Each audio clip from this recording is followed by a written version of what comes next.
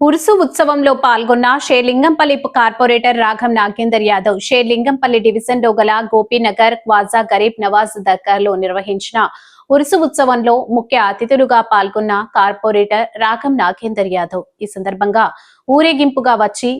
దర్గాను దర్శించి చాదర్ పూలమాలలు కప్పి ప్రత్యేక ప్రార్థనలు చేశారు. కార్పొరేటర్ మాట్లాడుతూ 2 రోజుల పాటు భక్తి శ్రద్ధలతో జరిగే ఉరుసు ఉత్సవాలను కుల మతాలకు అతీతంగా ప్రశాంత వాతావరణంలో జరుపుకోవాలని సూచించారు. భక్తులతో పాటు షేర్లింగంపల్లి నియోజకవర్గం ప్రజలు సుఖ సంతోషాలతో ఉండాలని కోరుకున్నట్లు తెలిపారు. ఈ కార్యక్రమంలో సీనియర్ నాయకులు యాదా గౌడ్, ప్రధాన కార్యదర్శి రవీందర్ గౌడ్, ఎస్కే రజాక్, ఎండి దస్తగిరి, గఫర్, షకీల్, ఎస్కే కాజా, మహేందర్ సింగ్,